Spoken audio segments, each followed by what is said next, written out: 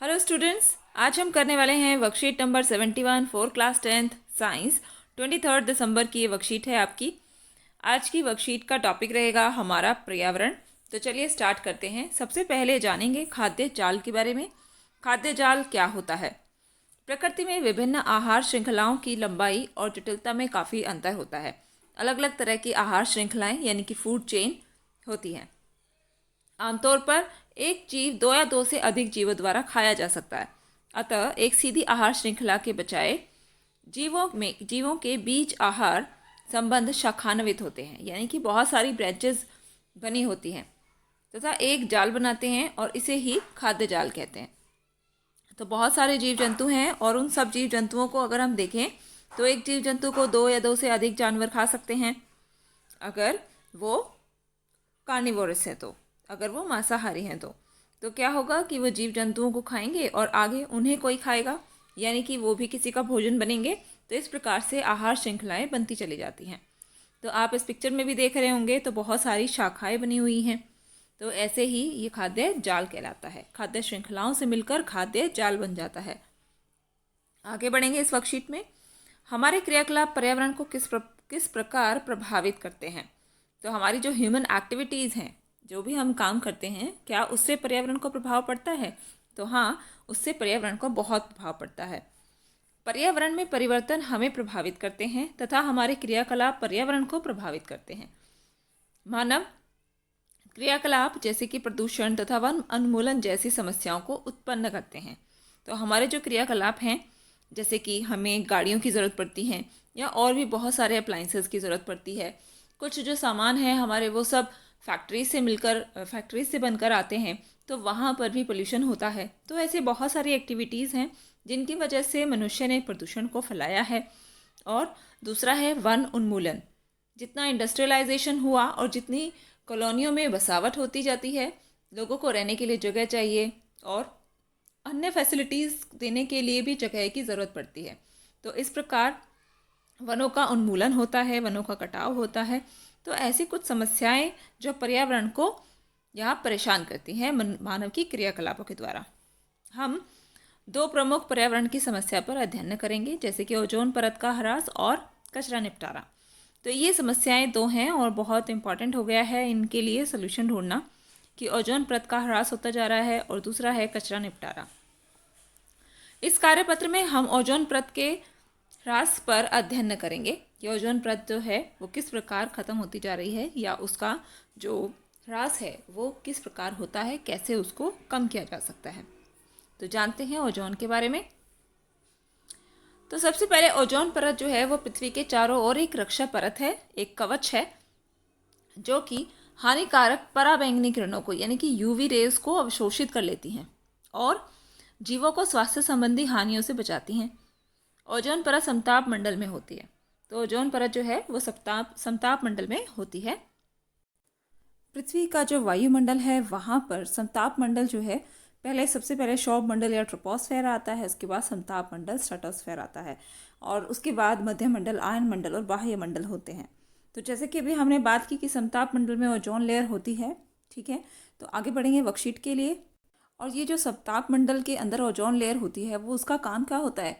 वो हानिकारक पराबैंगनी यानी कि यूवी रेज को अवशोषित कर लेती है, एब्जॉर्ब कर लेती है, क्योंकि वो सभी जीवों को स्वास्थ्य संबंधी कुछ हानि पहुंचा सकती हैं। जैसा कि इस पिक्चर से हम समझ सकते हैं कि सन जो है वो यूवी रेडिएशंस को छोड़ता है और पृथ्वी के वायुमंडल से होते हुए वो पृथ्वी तक, हम जीवों तक पहुंच सकती है। यदि ओजोन लेयर ना हो तो आप देख रहे होंगे कि ओजोन लेयर जो है वो हमारी रक्षा करती है इन यूवी रेज से। Ozone layer in UV rays को एब्जॉर्ब कर लेती है और हम तक पहुंचने से हमें बचा लेती है, ठीक है। लेकिन ओजोन परत का जो ह्रास हो रहा था उसके बारे में जब हम बात करेंगे तो हम जानेंगे कि हमारी कुछ एक्टिविटीज़ हैं, ह्यूमन एक्टिविटीज़ की वजह से ओजोन का डिप्लीशन हो रहा है, ठीक है। वो ओजोन को ख़त्म कर रहा है। क्या क्या हैं वो चीज़ें, तो इन सभी को हम जानेंगे।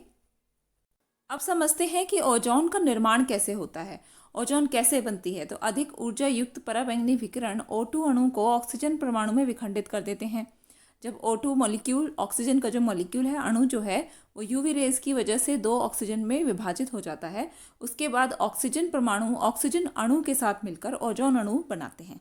अब ओजोन अणु होंगे कुछ, और एक एक मॉलिक्यूल जो है, ये जो मॉलिक्यूल था, अणु जो था ऑक्सीजन का, वो परमाणुओं में टूट गया था, वो भी इसके साथ जब मिल जाता है तो वो हमारे पास O3 बन जाता है। तो O2 अगर हम कहते हैं ये ऑक्सीजन है, तो O3 क्या होता है, ओजोन होता है। इसी प्रकार ओजोन परत का जो डिप्लीशन है, ह्रास है, वो क्यों हो रहा है, तो उसका कारण क्या है बच्चों, कि ओजोन परत के ह्रास का मुख्य कारण CFC यानी कि क्लोरोफ्लोरोकार्बन गैसेस हैं, जिसका उपयोग हम फ्रिज, AC आदि उपकरणों में करते हैं। ठीक है, तो फ्रिज या AC जो भी हमारे ये उपकरण हैं, बिजली के उपकरण, इनसे CFC यानी कि क्लोरोफ्लोरोकार्बन गैसेस मुक्त होती हैं, जो कि ओजोन लेयर को डिप्लीट करती हैं, उसका ह्रास करती हैं। तो अभी हम बात कर रहे थे ह्यूमन एक्टिविटीज़ की, जो कि हार्मफुल यूवी रेज को मुक्त करती हैं, हानिकारक यूवी विकिरण को निकालती हैं। CFC या फिर क्लोरोफ्लोरोकार्बन जो गैसेस होती हैं, ये सब क्या करती हैं, ओजोन का डिप्लीशन करती हैं और वहाँ पर छेद बना देती हैं। तो ओजोन लेयर का इस प्रकार ह्रास होता है, और यूवी रेज क्या होती हैं, फिर वहाँ से अंदर आने लगी हैं। अब अगर यूवी रेज धरती तक पहुंचेंगी तो आपने देखा होगा ज़्यादातर केसेस बढ़ रहे हैं स्किन कैंसर या स्किन डिजीज़ के। तो यूवी रेज सभी जीवों को नुकसान पहुंचाती है। तो आगे बढ़ेंगे, तो इसके लिए काफ़ी सारे कदम उठाए भी गए। यहाँ पर एक और बात दी गई है कि जो संयुक्त राष्ट्र पर्यावरण कार्यक्रम है, इसको हम UNEP भी बोल लेते हैं, इसमें सभी देशों में सहमति बनी कि CFC के स्तर को वो सीमित रखेंगे। एक क्योटो प्रोटोकॉल भी इसको कहा जाता है।